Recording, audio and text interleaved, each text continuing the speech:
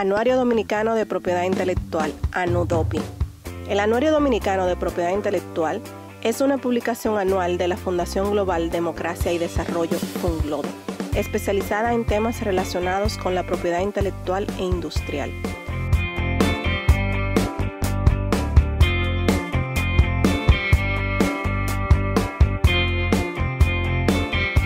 Tiene como objetivo difundir las ideas de autores nacionales e internacionales, trabajos de investigación y el análisis de jurisprudencia para ofrecer un panorama teórico y práctico que promueva estos estudios.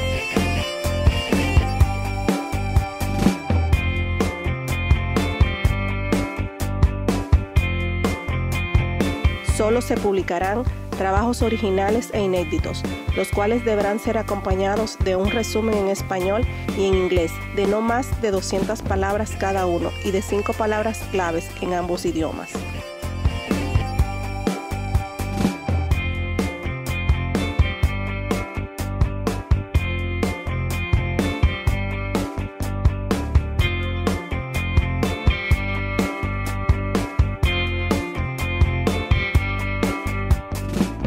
En la página web de la editorial FUNGLODE se detallan los criterios de publicación. Las opiniones expresadas por los autores que contribuyen en este anuario no reflejan necesariamente las opiniones de los editores ni de la Fundación Global Democracia y Desarrollo FUNGLODE, ni de sus instituciones afiliadas.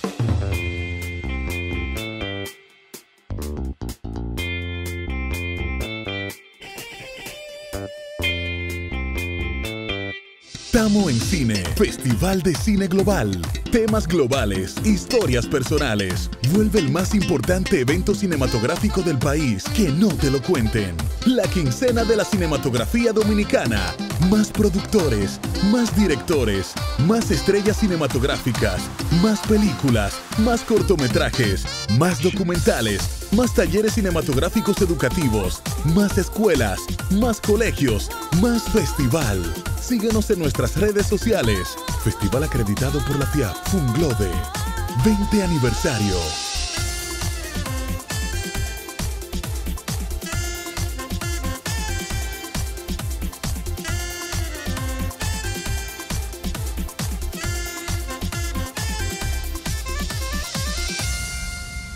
Buenas noches, otra vez aquí, como cada miércoles, 7:30, aquí con su Global Talks. Hoy tenemos una invitada muy querida, muy apreciada por todos nosotros. Y cuando hablamos de derecho de autor y de propiedad intelectual, tenemos que hablar de Ana Carolina Blanco.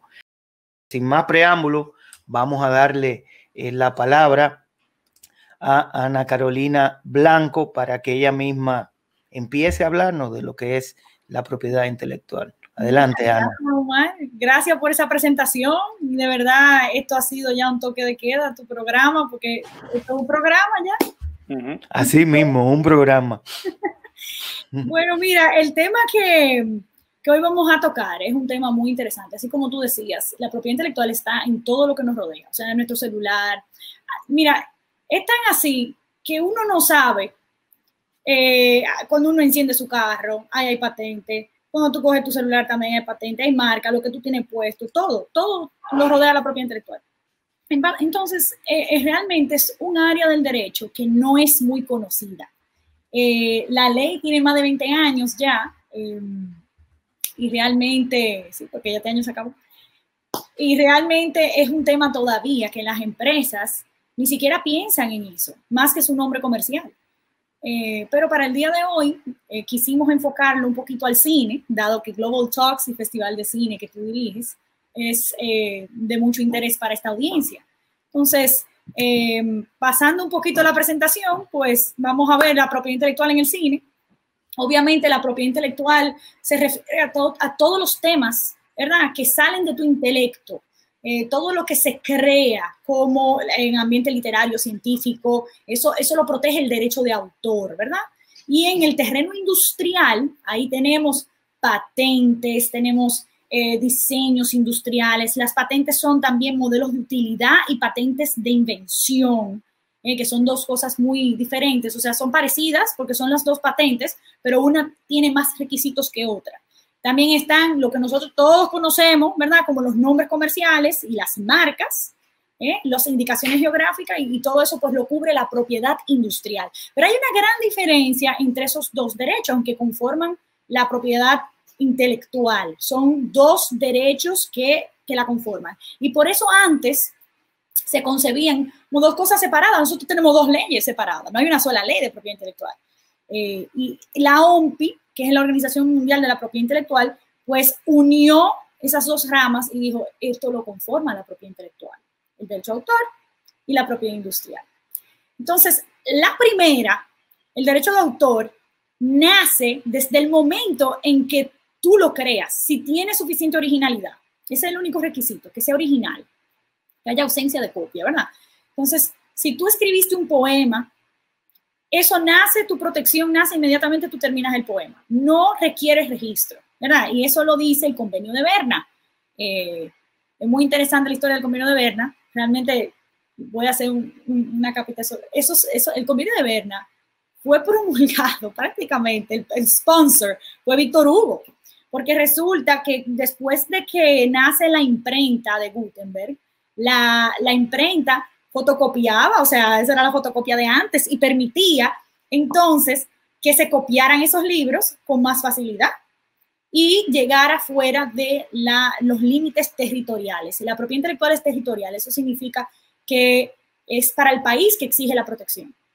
Entonces, el derecho de autor no necesita protección, no necesita registro, ¿verdad? Y la propiedad industrial sí. Pero para terminar el cuento del Convenio de Berna, es un convenio de 1886. Y desde antes de eso, estamos hablando que la primera patente data del 1432, lo que nosotros llamamos patente, que fue a un italiano, Filippo. La idea versus la expresión. Mire, una frase de un autor español que dice, las ideas no son de nadie, son de quien las dice como nadie. A mí me encanta esa frase, porque es la realidad. Eso es lo que se quiere con la propiedad intelectual, proteger la expresión de la idea.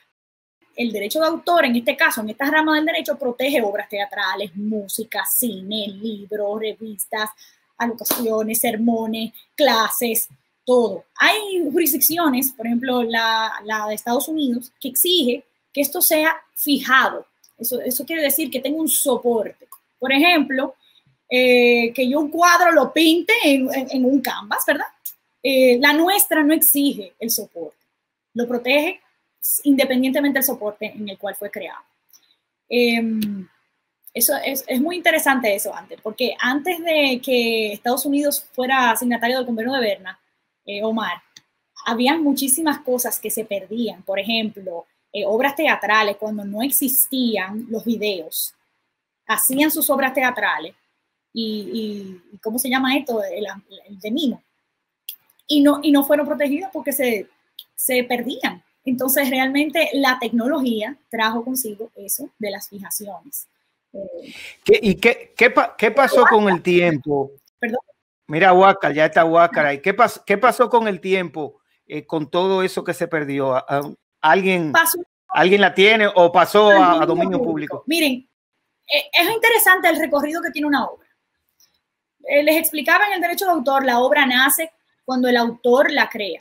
Nosotros tenemos una influencia en República Dominicana y todas las jurisdicciones civiles del derecho francés, del droit de autor. Realmente el derecho francés es un derecho que protege mucho el espíritu del creador. Y entonces por eso nace lo que se llama el derecho moral, que es inherente a esa persona. Aunque yo venda mi obra, yo vendo el derecho patrimonial, pero yo no vendo el derecho moral. Entonces, ya ustedes ven que se van dividiendo entre cosas, el derecho de autor en la obra original, les decía, y esa obra original tiene dos tipos de protección, dos tipos de derecho, el derecho patrimonial y el derecho moral. Entonces, el moral es inalienable, es inquebrantable, lo heredan, o sea, es heredable, o sea, en el entendido de que los herederos puedan defender la integridad y el honor de la persona. O sea, ya ustedes ven cómo había una concepción de un autor romántico, un autor que tenía un vínculo con su obra, Y era muy diferente a lo que nosotros vemos ahora. Ya ahora nosotros tenemos programas de computadora, base de datos, y todo eso se protege también por el derecho de autor. Y no es una obra que tú dices, wow, qué arte tan perfecto, o qué lindo. Entonces, la propiedad intelectual en general ha tenido que evolucionar para adaptarse a los nuevos tiempos.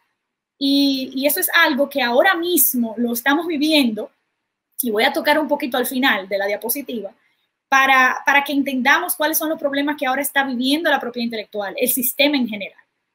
Entonces, le decía que hay muchísimos beneficios de proteger los incentivos que da la propiedad intelectual. Yo siempre, cuando me toca hablar de patentes, me gusta decir la anécdota de los violines Stradivarius. Por ejemplo, ese violín, el autor, el creador, en este caso, de ese violín, se murió y nadie supo cómo se hace. Nadie ha podido replicar dicho violín. Entonces, la propiedad intelectual lo que quiere es evitar que eso pase, porque todo lo que se concibe es para beneficiar a la sociedad y te otorga un monopolio, precisamente un derecho exclusivo sobre tu invención para que la sociedad pueda beneficiarse a cambio de que esa persona creadora, ese inventor, diga exactamente todo cómo se hace para que no se pierda. Entonces, la propiedad intelectual trae muchos beneficios. Ha traído la innovación, nos ha traído la tecnología, ha traído el desarrollo. Vimos en las economías creativas, vimos que también ha traído un desarrollo económico y social para los países. El tema de agregar valor a los productos. Entonces, es muy necesaria. Sin la propiedad intelectual no tendríamos ni siquiera los medicamentos que tenemos ahora. Y eso simplemente se hace porque se le da un incentivo económico, ¿verdad? Ese monopolio, un derecho exclusivo, para que solamente el creador pueda explotar su invención, otorgar licencias y así un poquito recuperar la inversión. Entonces, la propiedad intelectual deja beneficios, aporta a la cultura y realmente es el sustento de muchísimas personas que viven de su arte. O sea, que realmente es muy importante. Vamos a ver qué más. En el cine, nosotros tenemos que lidiar con muchos temas de propiedad intelectual.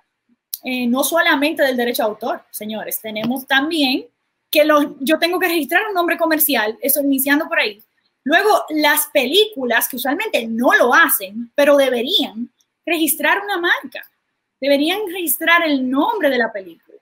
Entonces, ¿por qué? Porque eso lleva un merchandising, lleva quién sabe, una explotación comercial sobre ese nombre. Y es interesante que se explore eso. Con la marca es que realmente, aunque no se exige, es bueno no tener después una sorpresa de que ya hice el mercadeo, por ejemplo, y es un nombre registrado. Entonces, hay que hacer su búsqueda. Antes de invertir tanto en algo con un nombre y luego darse cuenta de que ese nombre le pertenece a otra persona. Para explicar un poquito lo de la ley, yo quería hacer esta anotación. Nosotros tenemos una ley de cine que da grandes incentivos a la inversión de cine.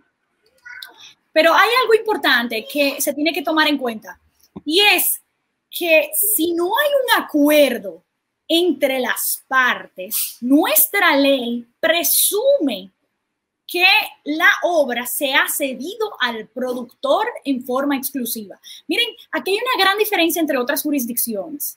Nosotros tenemos una presunción de la ley de que eso le pertenece al productor, salvo pacto en contrario. ¿Me entienden? Aquí nuestra ley, en otros temas que no son de obras audiovisuales, es a la inversa. Presume que los trabajos le pertenecen al trabajador autor. También habla de esa presunción, pero aquí habla del tiempo que dura. Yo les explicaba ahorita que las obras que no obtuvieron protección en un principio iban al dominio público. Pero cuando van al dominio público realmente es cuando ya se ha terminado el periodo de protección de la obra. El periodo de protección normalmente, ¿verdad? El dominio privado sucede la vida completa del autor más 70 años después de su muerte. y se cuenta el 1 de enero del año siguiente del cuando él falleció, o él o ella. Entonces, eso es interesante que ustedes lo sepan. En el caso de las películas, como colaboran muchas personas, la ley lo toma diferente. O sea, son 70 años a partir de la publicidad, ¿verdad? De la publicación en este caso. Otras cosas que vemos en el cine son marcas sonoras. Nosotros aquí en República Dominicana aproximadamente, tengo entendido, son algunas 6 marcas registradas sonoras. La de Metro Goldwyn Mayer, todo el mundo sabe, todo el mundo se acuerda de ese león.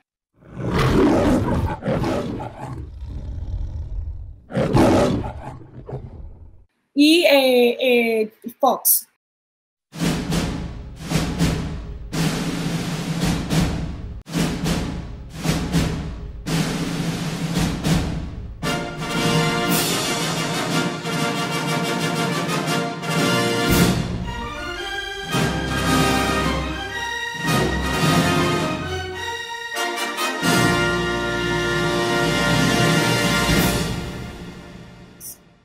También está, por ejemplo, la de Tarzán. Looney Tunes.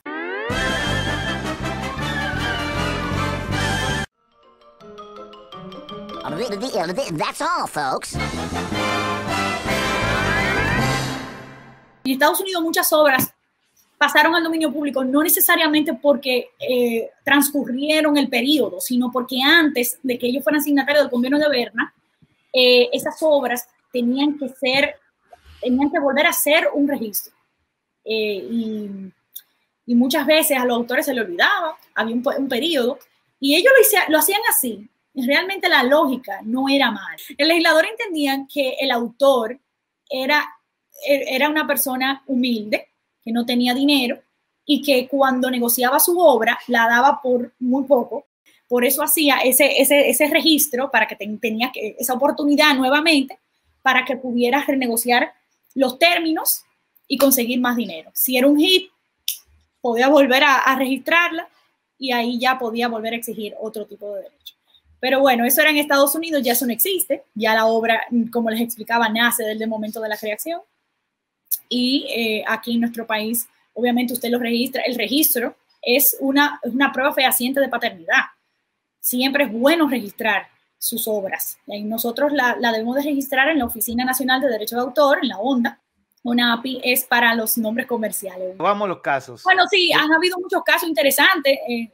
Recopilé algunos. Ha habido problemas, por ejemplo, con product placement. Esa realmente no es un product placement per se, sino que Fox es titular por derecho de autor de Los Simpson. Y realmente en Los Simpson hay una bebida que Bart Simpson, que está ahí, bebe, se llama Duff. Aquí en ONAPI hubo un registro de dicha cerveza que fue anulado porque lo exigieron, porque aparte de que ellos tenían todos sus derechos registrados, demostraron ser una marca famosa, ya esos son otros temas, pero además de todo era protegido por el derecho de autor y uno no puede registrar nada en perjuicio de los derechos de un tercero. O sea que eso fue anulado y ahí vemos algo como tan sencillo, pero para que ustedes vean, porque algunas personas dicen, pero los derechos son territoriales. Sí, son territoriales, pero depende, porque yo no puedo ir a cualquier otro país a registrar Coca-Cola, por ejemplo. Eso es una marca bastante conocida. Entonces, otros problemitas que han habido, por ejemplo, alguna vez ustedes tienen una película y la musicalización se queda de último, Omar, y no tenemos presupuesto, ¿verdad? Cosa que está muy mal. Mira cómo es una economía muy capitalista y protege mucho el derecho de autor en Estados Unidos. O sea, han habido casos, YouTube versus Viacom, donde hablaban de los safe harbors, de todo ese tipo de cosas. Pero realmente, otro caso famoso fue el Dancing Baby, de que ella alegaba fair use. Fair use son los usos honestos, los honrados. Honrados. Y realmente, nada, es un día, o sea, yo creo que con el uso de la inteligencia artificial iremos mejorando, porque hay una gran diferencia entre yo utilizar la música comercialmente y simplemente un video de mi familia donde se oye a lo lejos unas estrofas de una canción. Entonces, ahí también habría que sopesar y tener un balance porque lo que no se quiere es hacer un detrimento al autor. No se quiere hacerle una competencia comercial. No se quiere perjudicar sus intereses. ¿Hasta qué punto un video familiar perjudica los intereses de una canción? O sea, algunas veces son muy exagerados, pero de todas formas hay que respetarlo. O sea que, para continuar un poquito con lo del cine, miren, en Times Square, por ejemplo, había una filmación y un señor tenía un cartel que diciendo, bueno, usted está entrando en un área donde está filmando. Miren la imagen, sí, ahí está. Usted está en una zona donde se está haciendo una filmación. Si usted se queda en este lado, usted accede y da permiso al derecho de su imagen y va a participar en la película. Entonces, todo el mundo que no quería aparecer, pues se iba. Y todo el mundo que sí quería ser extra y que quería hacer una aparición en la película, pues se quedaba y colaboraba. Esas son algunas cosas que pueden pasar. Lo que sí es importante es hacer esa aclaración. Yo no sé si ustedes han oído, por ejemplo, conciertos donde Madonna o cualquier cantante dice, estamos grabando para un video musical, se lo ponen en los tickets. En la boleta. Se lo dicen. Sí, porque han habido muchos casos. O sea, realmente, aunque sea un público inmenso, si yo logro identificar a una persona, ya yo necesito una autorización de su uso de imagen. O sea que, aunque la imagen sea borrosa, se necesita una autorización. Y por eso ustedes ven que en todas las películas se hace una sesión de imagen para utilizar, ya sea tu voz en off, lo que sea, tu apariencia, eso se estila. El derecho de comunicación pública, por ejemplo, esto fue otro ejemplo, hubo un percance con un turista y salió como en los periódicos, y aquí la autorización, no tenían autorización de disfrazarse de los muñequitos, bueno, vamos a decir, los personajes de Plaza Sésamo en las vías públicas, porque sobre todo cobran. Aquí hay un elemento muy importante y es el lucro. Aparte de que en los usos honrados en nuestra legislación, en Estados Unidos el fair use, hay límites al derecho de autor, hay excepciones, pero esas excepciones normalmente van ligadas a usos didácticos, usos periodísticos, críticas que agreguen a la cultura, pero no hacerle una competencia comercial. O sea, por ejemplo, yo, si soy titular de la Plaza Sésamo y quisiera explotar comercialmente mis muñecos, por ejemplo, mis dibujos, y yo quiero ir a un cumpleaños y me tienen que pagar una licencia o hacer una aparición en una película, si yo permito que todas esas personas lo hagan, entonces realmente me estoy perjudicando económicamente hablando. Eso es otra cosa. Miren, esto es un caso interesantísimo porque realmente fue un tatuaje. Este señor, Victor Whitmill, fue el que le hizo el tatuaje a Mike Tyson. Y no sé si ustedes recuerdan, es un tatuaje aquí en la cara, ¿verdad? El ojo llega al pómulo. Y la película Hangover, en una de las escenas, aparece uno de los amigos bueno, los personajes principales en la bañera con el tatuaje. Entonces, el artista demandó a Warner Brothers y efectivamente consiguió su compensación, porque realmente fue un uso, se demostró que era original del artista y además influye también que es un tatuaje de una persona muy conocida. En ese caso, hubo una demanda, lógicamente, al que más dinero tiene, que Warner, pero ¿quién hizo el tatuaje en la película? ¿No se vio afectado o estaba cubierto bajo la misma sombrilla de Warner?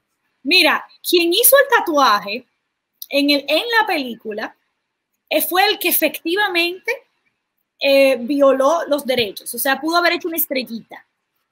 No se sabe realmente, como tú dices, la demanda se hace a la persona que más lucro tiene, pero hay que también entender que la película le pertenecía a Warner Brothers, entonces la titularidad la tenía él, la compañía, la persona jurídica. Entonces la demanda es a la película, porque efectivamente la película es la que hace la comunicación pública. Entonces, aparte de que aquí sí es verdad que es la persona que más dinero tiene en este caso, también era la persona que le correspondía la demanda por ser titular de ese derecho. Y en este caso también ese tatuaje, si yo lo saco de la película y comienzo a hacer esos tatuajes fuera, ya entiendo que se sale de la responsabilidad de los titulares de la película del productor. Y yo puedo demandar al que hizo el tatuaje, ¿verdad? Como artista que está copiando otras obras. Pero como fue dentro de la película y eso se funde en un solo derecho y un derecho hacia la película, entonces sí era lógica esa demanda. Tarantino, por ejemplo, hace o evita, mejor dicho, hacer product placement y él crea sus propios anuncios con marcas que él se inventa. Entonces también esto es un ejemplo de cuando usted no consigue las licencias ni los permisos de autorización de uso de marca, ¿verdad?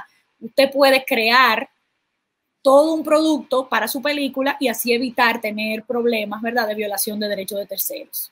Eso era unos cigarrillos. Este es otro ejemplo. Yo no voy a leer todo eso, pero simplemente era para resumir el casito. Era por las lámparas. Esa lámpara que es muy distintiva de Pixar. Ustedes saben, también pasó un caso muy similar, que era con los tiburones de Katy Perry. Habían unos tiburones que salieron en el ¿cómo se llama esto? En el Super Bowl, y había alguien ya vendiéndolos online, infringiendo el derecho de Katy Perry en este caso, por los tiburones que ella ideó y eran parte de su creación. Entonces, esto se ve, Nemo, por ejemplo, otra, pero aquí fue a la inversa. Esta sí que da risa. Realmente, este señor, un escritor francés, demanda a Walt Disney porque él escribió un libro de unos personajes que le entendían que era igual que Nemo, que la historia era basada en uno de sus libros, y lo demanda, ¿verdad?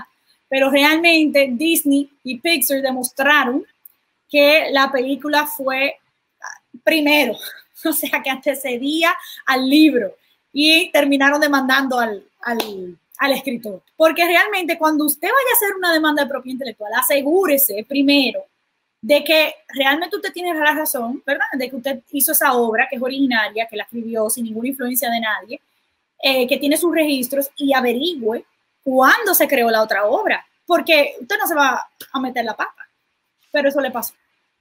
Bueno, algunas consideraciones que debemos tener en cuenta para los usos honrados. Obviamente, yo mencioné previo antes el tema de que no cause un perjuicio injustificado, que no haga una competencia al autor, ¿verdad? No se salga, no atente contra su explotación normal, y que sean parte de los usos honrados que determina la ley. Normalmente, como yo le decía antes, usos didácticos, usos periodísticos, cuando usted está contando una obra fáctica, eso son parte también, bueno, lo didáctico y periodístico son normalmente en casi todas las jurisdicciones, son parte de lo que nosotros conocemos como son honrados o fair use.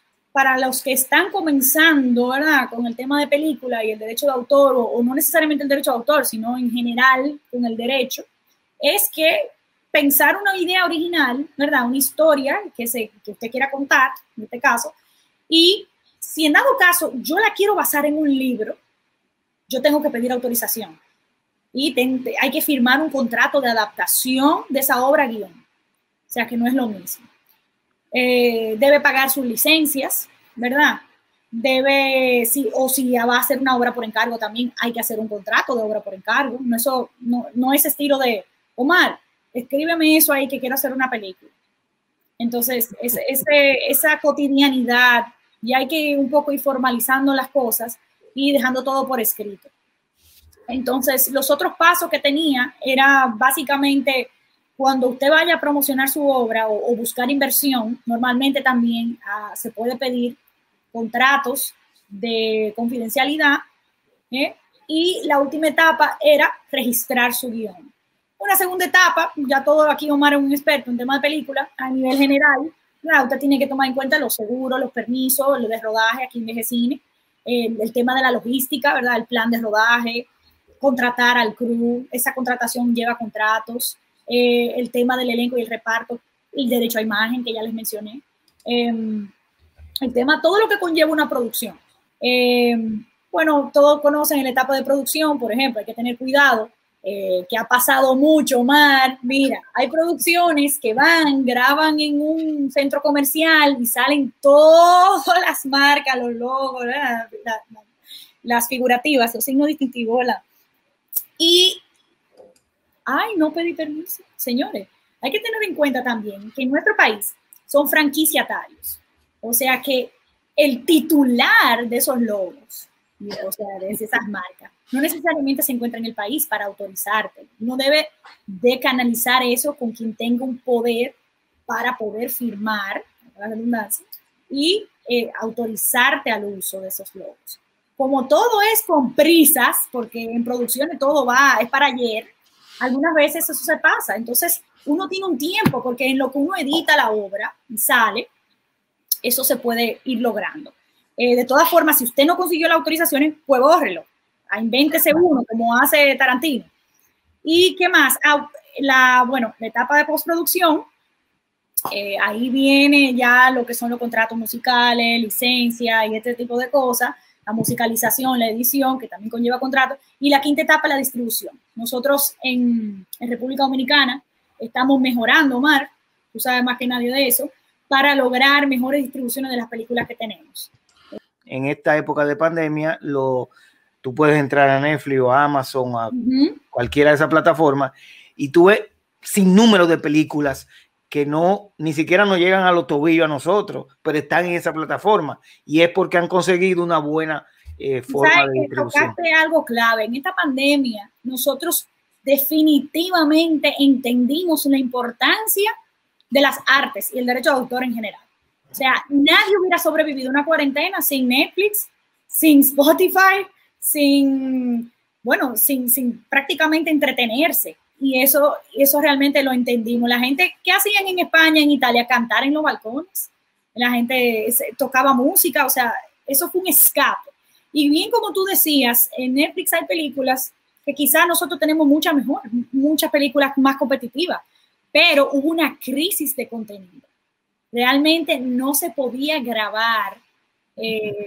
Nosotros vimos eso aquí también. El tema de la pandemia tocó todas las producciones cinematográficas y hubo una crisis de contenido y Netflix tenía que seguir entrando contenido para ofrecerle a toda la gente. O sea que puede que nosotros veamos muchos contenidos de muchas jurisdicciones, hablando como abogada, de muchos países en Netflix abriéndose a nuevos mercados.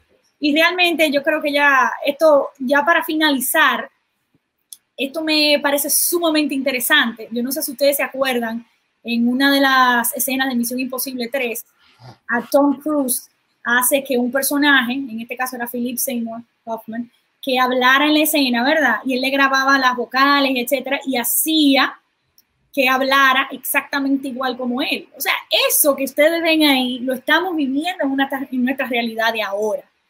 Se llaman deepfakes. Realmente, nosotros estamos viendo con TikTok y las nuevas las tecnologías de inteligencia artificial que eso está pasando. Entonces, en el próximo slide, yo comentaba de este señor, Timur Bekmambetov, es ruso, y es una persona, es un director que él admite que él está dirigiendo una película, co-dirigiendo una película con una inteligencia artificial, realmente. Él está haciendo cine, pero la computadora, en este caso, ¿verdad? Vamos a decirlo así, la inteligencia artificial no necesariamente, no hay una sola definición. Yo he estado leyendo, no hay una sola definición y realmente se prefiere, se está debatiendo en todos los organismos internacionales porque trae consigo muchos retos para la propiedad intelectual. ¿Qué se considera inteligencia artificial? ¿Se considera una persona? ¿Se considera una cosa? Porque la inteligencia artificial trata de imitar las características humanas. O sea que tenemos machine learning, ¿verdad? Que es el aprendizaje automatizado. Tenemos deep learning, un sinnúmero de, por ejemplo, los GANs. Estoy tratando de pensar cómo se dice en español, porque normalmente se dice en inglés, pero es redes generativas antagónicas. Y a mí me llama mucho la atención, y de hecho lo pongo aquí en la presentación, porque hay una página que se llama This Person Doesn't Exist. Esta persona no existe. Mírala ahí. Estas personas que ustedes ven ahí no existen. La crea una inteligencia artificial. Entonces, yo me puse a pensar, ya viendo como hablamos de la Misión Imposible, como Tom Cruise se pone la cara exactamente igual, como vemos lo de las noticias falsas. Esta persona, el Timur, el director, él lo dice, él dice, yo tengo en una hora que me hable una persona, ya yo puedo lograr que esa persona diga lo que sea que yo quiera. y admitió en una conferencia internacional que él puede hacer hablar a Vladimir Putin y a Trump y hacer decirlo lo que sea en un video. O sea, ¿y ustedes se imaginan las repercusiones que esto puede tener si llega a manos equivocadas? O sea, esta persona que ustedes están viendo en pantalla no existe. Es producto de la inteligencia artificial, en este caso del aprendizaje automatizado, de lo que se llama redes generativas antagónicas, ¿verdad? Que funcionan como dos redes neuronales que compiten mutuamente y van generando a partir de facciones de la cara. Se puede en algunos, si no está muy perfecto, pero cada vez se va perfeccionando esa tecnología, ver que hay como algunos spots, ¿verdad? Como algunos puntos blancos que no se han definido todavía, y ahí uno puede más o menos notar si la imagen es real o no. Pero ustedes se llegan a imaginar las repercusiones que eso puede tener, no solamente lograr un video de Donald Trump diciendo lo que sea, ¿verdad? Puede causar una guerra si no se sabe si es real o no. Y también las repercusiones que puede tener esto para el cine, trayéndolo ya al cine. Esta persona está hablando de que una máquina, o sea, un software también, puede dirigir una película. Y ustedes están viendo personas falsas que pueden asumir actuaciones. O sea, tienen doble ventaja. Yo no sé, éticamente no me parece muy correcto, pero para el cine puede significar unos avances impresionantes. Primero, en costos. Segundo, la inteligencia artificial, ya con ella no necesitamos ir a Nueva York a grabar. O sea, hay un sinnúmero, utiliza mucha data, pero partiendo de la data puede generar todas las escenas de Nueva York que usted quiera. Y usted no tiene que ir a gastar para hacer ese tipo de película allá, o en cualquier país del mundo. O sea que realmente me parecía muy interesante traer eso aquí y dejarle dicho que para allá es que vamos. La inteligencia artificial está para quedarse, realmente no es algo nuevo. Nació, la palabra inteligencia artificial data del 1956, pero se ha desarrollado desde el 90, hemos visto que cada vez más se utiliza y es porque se han dado varias condiciones. Nosotros estamos viviendo una época donde la data ha florecido de una manera con las redes sociales que se hace posible que estos software, ¿verdad?, analicen esa data partiendo del aprendizaje automatizado y ya no es necesario que un humano, una persona, cree una obra. O sea, hemos visto, y de verdad esto es real, inteligencia artificial haciendo obras de arte, pinturas, que usted no sabe si es real de un humano o de una máquina, ya es el nivel. Y también generan canciones. Hubo ahora recientemente en Inglaterra un artículo en The Guardian, el periódico The Guardian, fue escrito enteramente por GPT-3, que es un producto de Elon Musk, el del Tesla. La idea de la propiedad intelectual, ya sea industrial o ya sea de la propiedad, ya sea industrial o intelectual, es el tema de no solo proteger la obra, sino también se argumenta, como tú muy bien señalaste, incentivar la innovación. Pero yo quisiera preguntarte, ¿necesitas realmente o ha necesitado realmente la humanidad de la propiedad intelectual para innovar? Porque, por ejemplo, tú mencionabas el caso de que las primeras leyes de patente vienen como de 1400, si no recuerdo la fecha que mencionaste, sí, más o menos de 1400, pero anterior a esa fecha tenemos grandes obras. Tú puedes mencionar los grandes clásicos griegos del 400 antes de Cristo, la Ilíada y la Odisea, 1000 años antes de Cristo. O sea, la humanidad vivió y creó sin propiedad intelectual grandes obras que están en la humanidad, ¿no? Y es quizás en épocas recientes que tenemos el tema de la propiedad intelectual, unos 600 años, por así decirlo, ¿no? Mira, excelente tu pregunta. Te diría que claro que es necesaria, porque es lo que permite que un artista pueda pintar sin preocupación de qué va a comer y no dedicarse a ser taxista. Entonces, realmente, la propiedad intelectual data de mucho antes de eso. O sea, realmente hay patentes, se dice que el concepto de patente viene de los 600 antes de Cristo. Y vemos que era una concesión antes.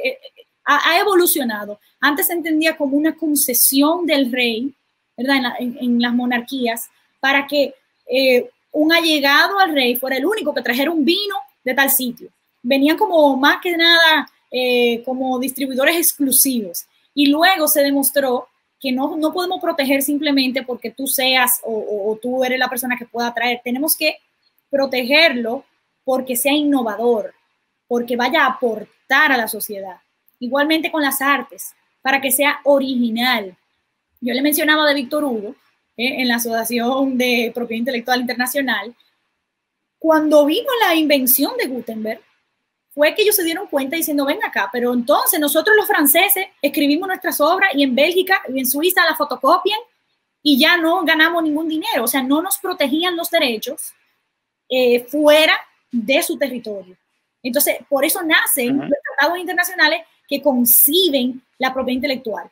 Y la propiedad intelectual es una rama del derecho que por todos esos tratados ha sido muy homogeneizada. O sea, que hay los principales, o sea, los principios de esta rama del derecho, pues tienen una acogida similar en todos los países. O sea, se protege la patente, se protege el derecho de autor y las invenciones, etcétera, en el tema de diseños industriales, modelos de utilidad, etcétera. Lo que sí voy a tomar tu pregunta y quizá la voy a hacer aquí a todos es, ¿realmente necesitamos proteger las invenciones de las inteligencias artificiales? Porque ya están produciendo obras. Ahora la pregunta es, yo tengo que proteger al humano creador, porque sí necesito un incentivo para vivir. La inteligencia artificial, y lo voy a traer a colación porque hay mucho miedo con eso. Hay miedo de que me vaya a quitar mi trabajo. Hay miedo de que, como las películas lo han proyectado, de esos killer robots que van matando a gente, ¿verdad? Estilo Terminator y estilo, bueno, no sé, no me acuerdo, ahora no me viene a la mente, pero las guerras de Matrix y ese tipo de cosas. La inteligencia artificial es una ayuda, es un aparato, ¿cómo lo diré? Un tool, ¿verdad? Una herramienta. Una herramienta, exacto, gracias. Es una herramienta.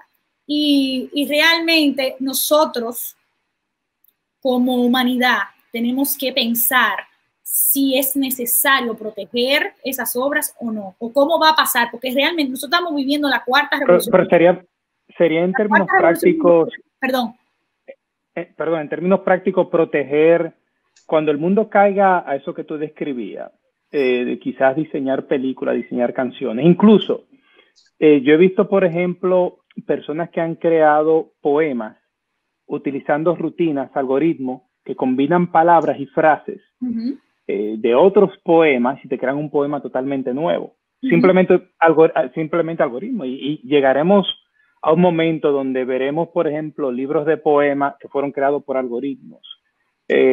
O alguna película, o alguna película exactamente que es creada totalmente en un laboratorio virtual, artificial, ¿no? Ya sea con avatar o con figuras que parezcan totalmente seres humanos. Entonces, proteger, cuando el mundo entra en esa dinámica, yo me pregunto hasta qué punto tendría sentido quizás proteger, porque es muy fácil tú replicar y no hacer exactamente lo mismo, modificar las cosas para que sean solamente un poco diferentes. Mira, por eso el tema de patentes se habla de la novedad. Y el tema es tan interesante que tenemos que evaluar qué es nuevo, pero no, para mí, un ser humano, hacer una invención me puede requerir muchos años, porque el acceso que yo tengo a la información no es lo mismo que como digiere esa información una máquina. Esa máquina genera volúmenes y volúmenes de data. Entonces, realmente, ¿quién es la persona que va a evaluar esos, ¿verdad? Vamos a decir, invenciones, esas creaciones? Porque pueden ser tanto, que acuérdense que comenzamos hablando del derecho de autor y el derecho de la propiedad industrial. Pueden ser en ambos campos. Y eso que tú mencionabas de los poemas es muy interesante porque ya está sucediendo. O sea, realmente con imágenes que le presentan al machine learning, ¿verdad?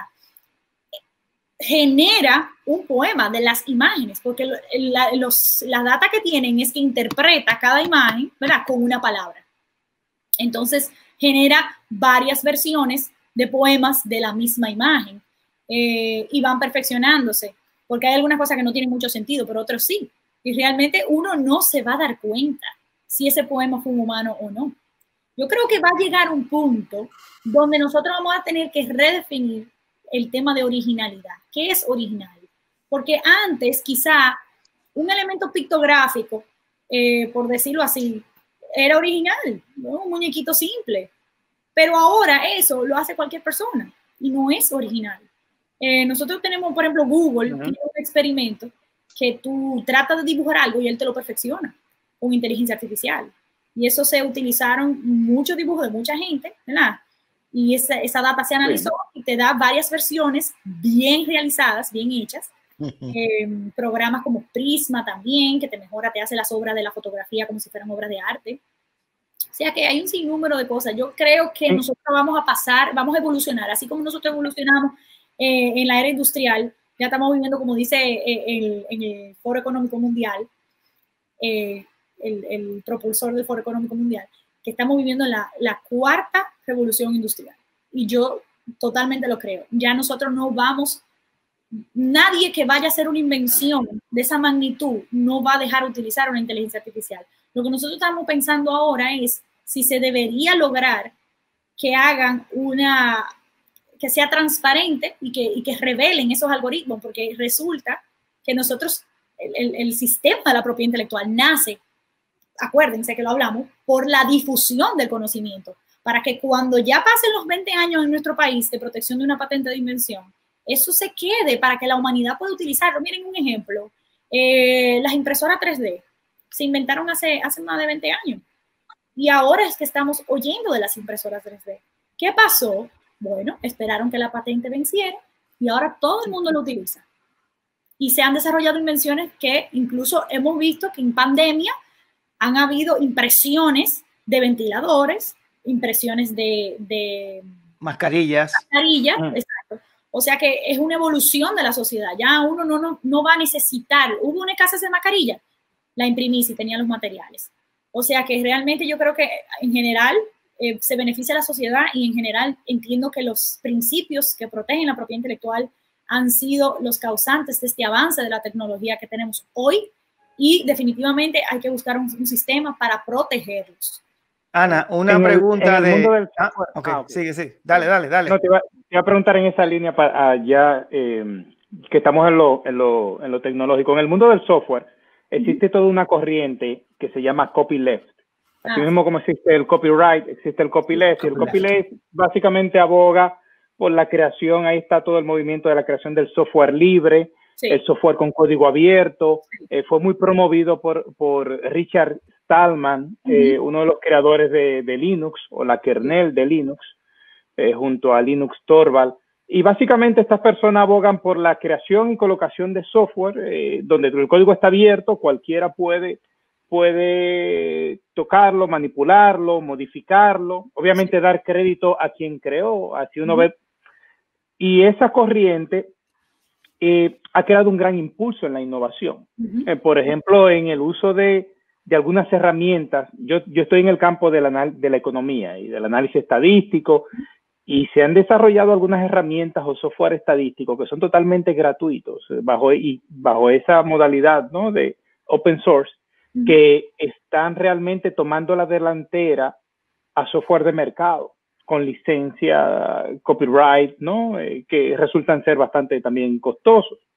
Y cada vez más, entonces mi pregunta es, ¿existe un movimiento similar dentro del mundo de la propiedad industrial o la propiedad intelectual, como ese que existe en el mundo del software, por ejemplo? Siempre va a haber, pero en el mundo industrial, de la protección industrial, resulta que los mayores registros, o sea, la mayor cantidad de registros lo hacen compañías. Tenemos IBM, tenemos Microsoft, grandes compañías, Google, realmente Apple, realmente esas compañías, personas jurídicas, dependen de inversionistas, son compañías que entienden que esas inversiones se deben a un board. O sea, ¿qué te digo? tenemos un Elon Musk también que está totalmente... Que aboga por lo opuesto, exactamente. Exacto, o sea que yo creo que va a haber en cada ecosistema, hay de los dos movimientos, los dos son importantes.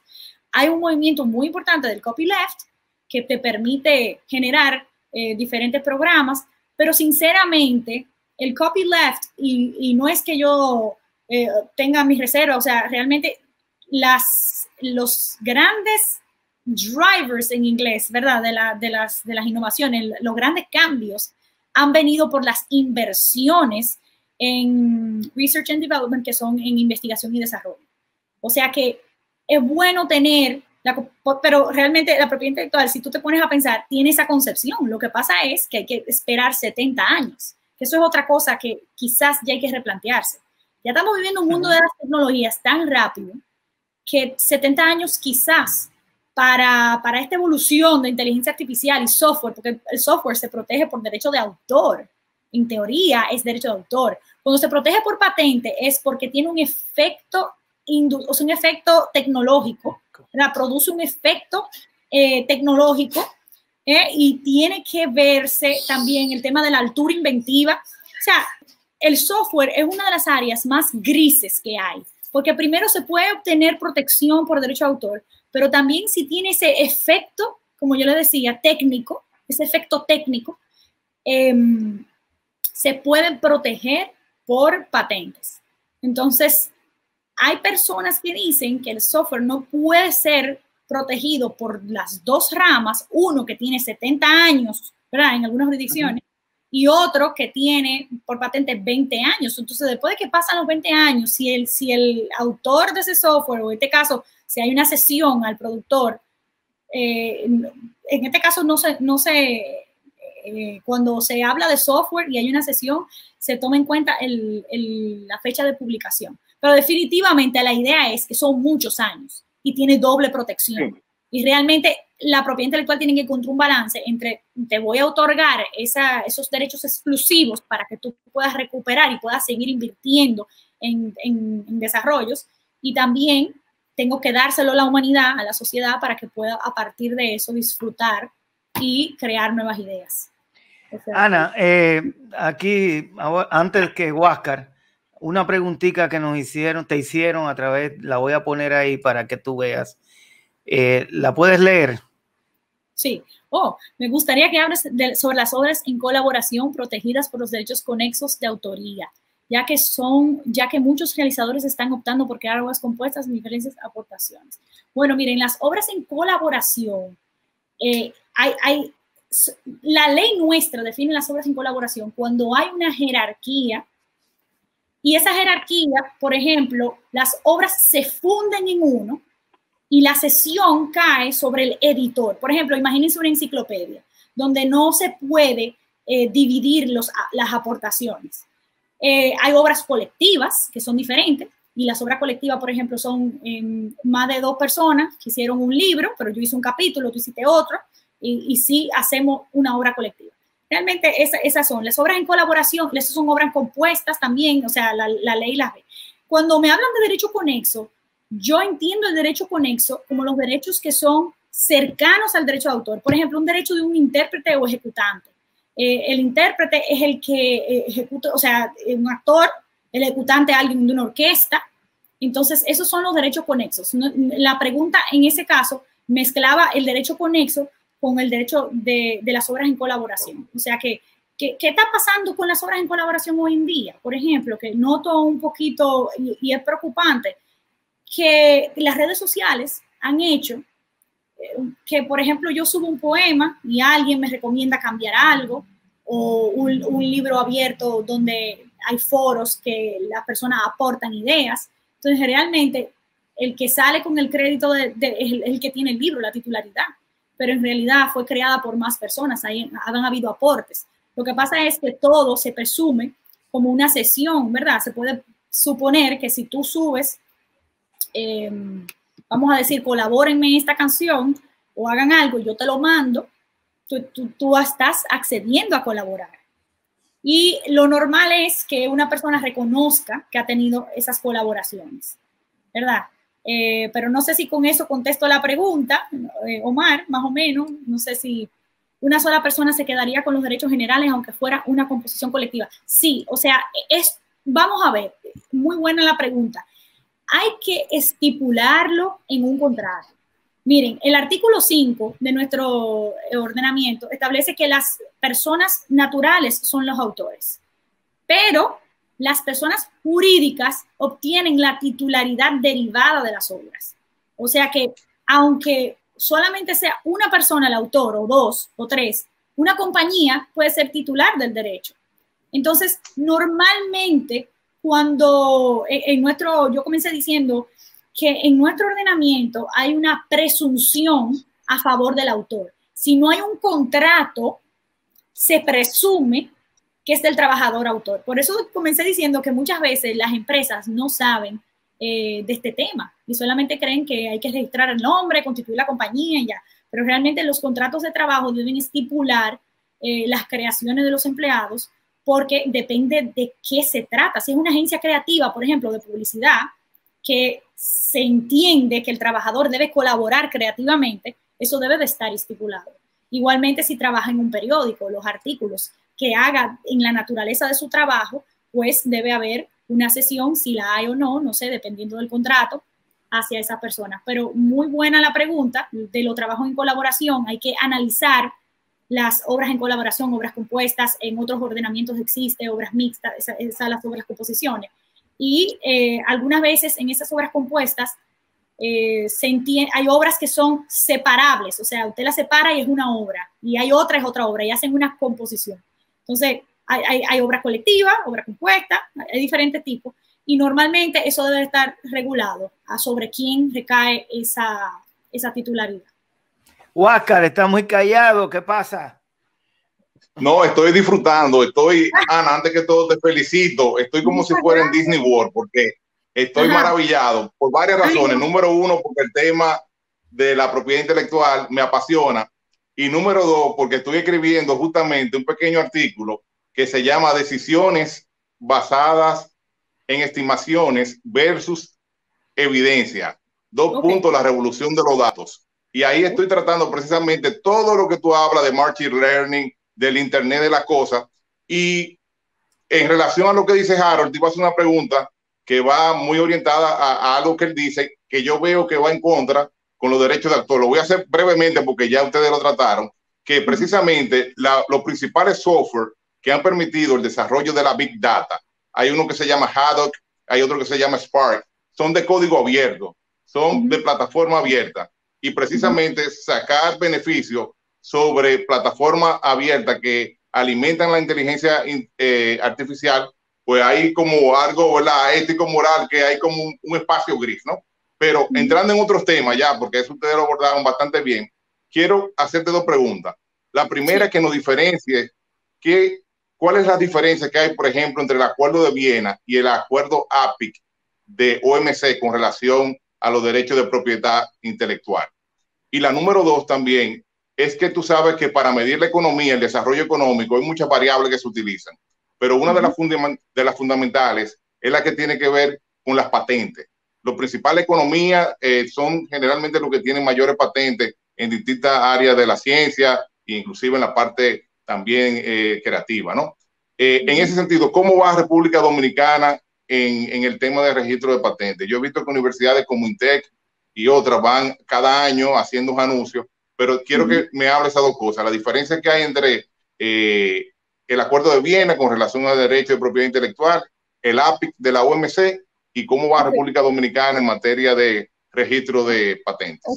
Yo me imagino que haciendo referencia a la Convención de París de los desarrollos industriales, de Acuerdo de Viena hay muchos, o sea, hay acta de adopciones de niños, pero cuando tratamos la Convención de París, en 1882, si mal no recuerdo, sí, 82, y la Convención de Viena de Berna, 1886. De Berna, era de Berna. De Berna, ya. Bueno, de Berna. Berna es muy importante, o sea, el Berna es el tratado, la convención más importante en cuanto a derecho de autor. La Convención de Berna es la que quita la formalidad del registro para los derechos de autor.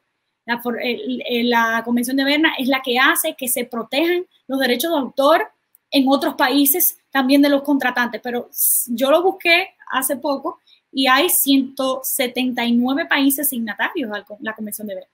O sea que han habido sus modificaciones, no es que estamos del 1886, ha habido modificaciones hasta del 70 de la convención y se han hecho introducciones a otros derechos, o sea, ya la WIPO, que es la Organización Mundial de la Propiedad Intelectual, es la que hace, la que lo custodia.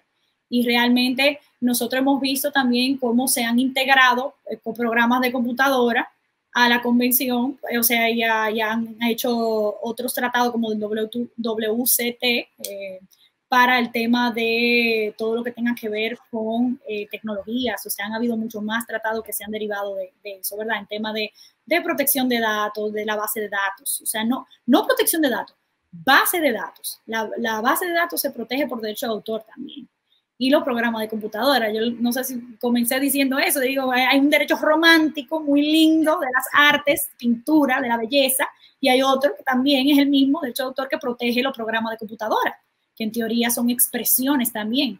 Y cuando hablamos de los AdPicks es del GATT, ¿verdad? Que nace con la Convención de Bretton Woods, después de la Segunda Guerra Mundial, que los países hacen acuerdos comerciales, el World Trade, el WTO, la Organización Mundial de Comercial, la OMC, discúlpeme que alguna vez tengo que hacer unas traducciones, es la que custodia esa convención.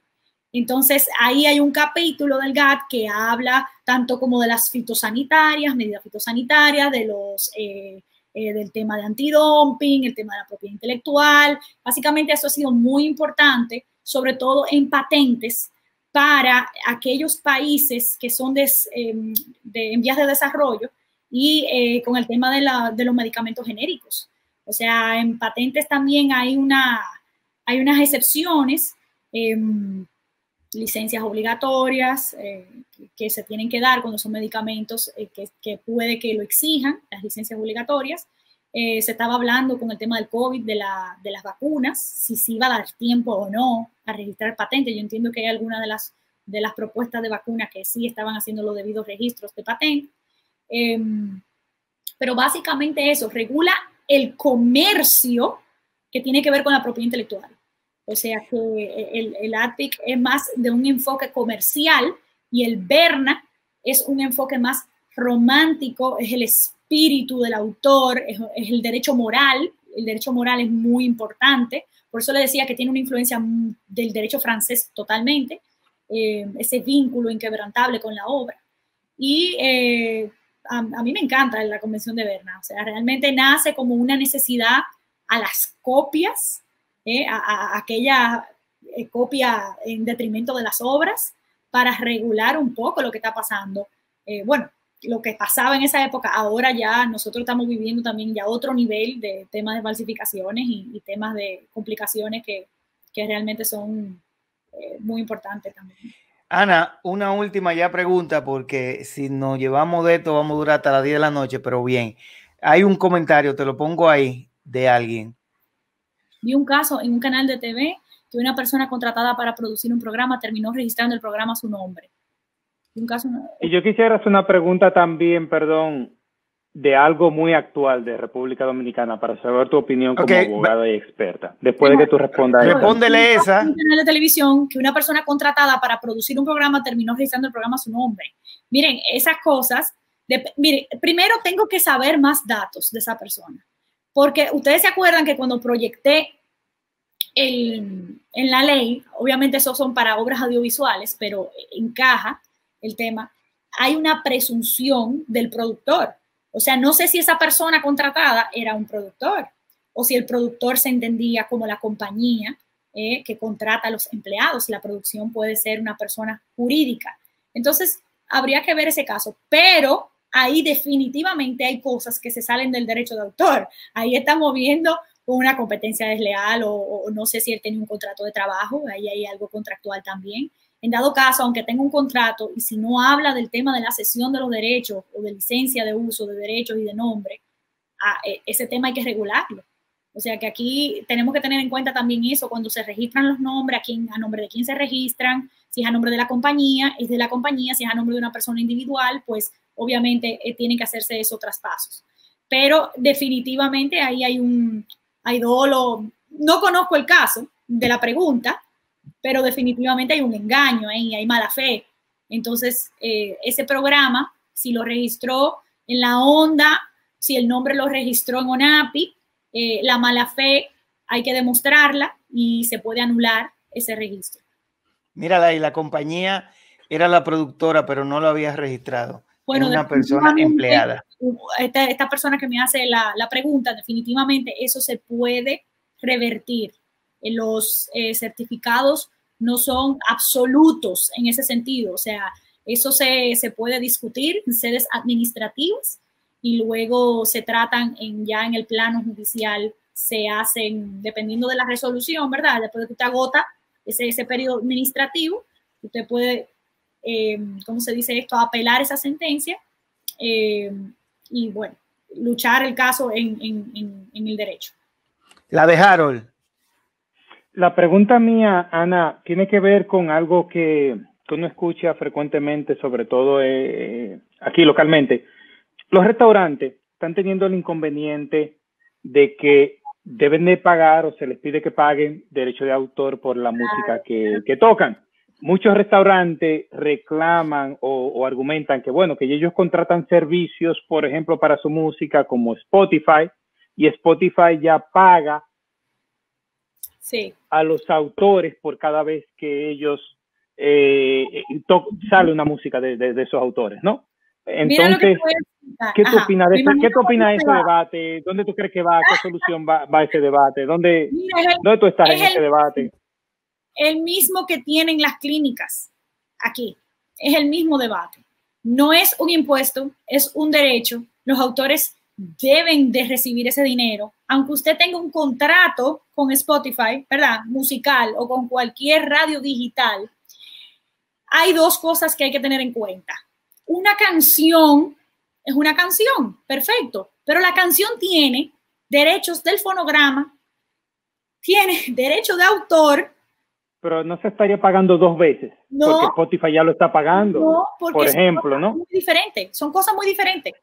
Mira, aquí hay Sodimpro, Sodai, Ejeda, hay toda, y el tema de la sociedad de gestión colectiva es fascinante, pero realmente es un tema que hay que entender, que aunque usted pague, usted tiene que saber qué usted está pagando. A lo mejor usted está pagando el derecho de autor, pero le falta el derecho de fonograma, le falta el derecho de los intérpretes ejecutantes.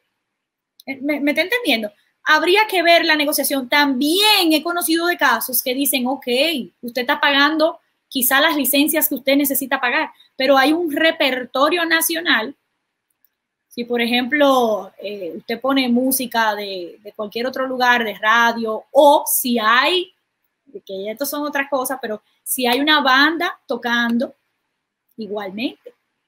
Me doy a entender. En ese caso no sería el fonograma porque no es el mismo, la primera grabación de esa canción lo que se estaría cobrando, pero igualmente tiene que pagar derecho de autor. Es un tema complicado porque no se entiende. Muchas veces se cree como que me están cobrando lo mismo y otra vez la gente cobrándome.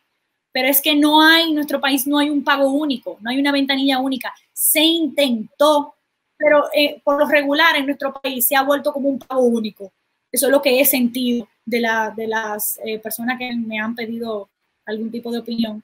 Y se hace un pago único y ese dinero va a esa sociedad de gestión colectiva y tiene que llegar a los autores, tiene que llegar a los productores de fonograma, tiene que llegar a los intérpretes ejecutantes. O sea que eso a grandes rasgos.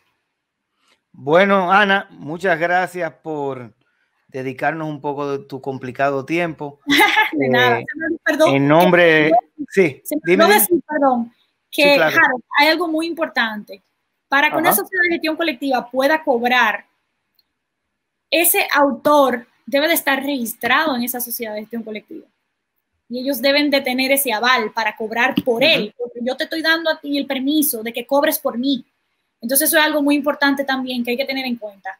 Pero simplemente quería decir eso. Muchas gracias.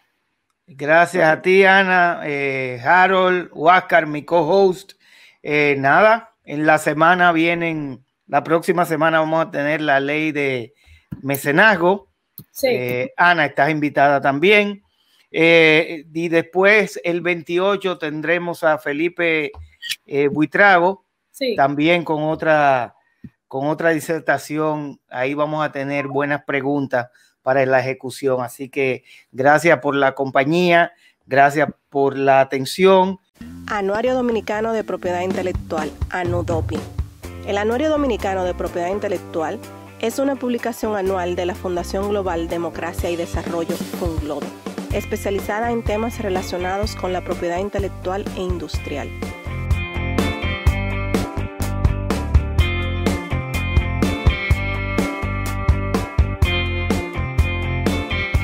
Tiene como objetivo difundir las ideas de autores nacionales e internacionales, trabajos de investigación y el análisis de jurisprudencia para ofrecer un panorama teórico y práctico que promueva estos estudios.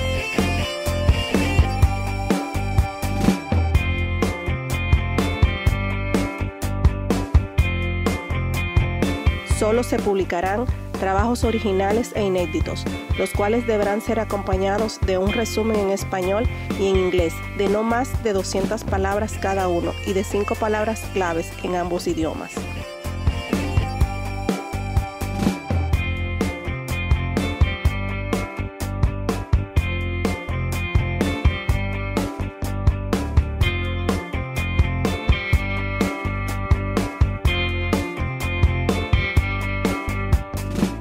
En la página web de la editorial FUNGLODE se detallan los criterios de publicación. Las opiniones expresadas por los autores que contribuyen en este anuario no reflejan necesariamente las opiniones de los editores ni de la Fundación Global Democracia y Desarrollo FUNGLODE, ni de sus instituciones afiliadas.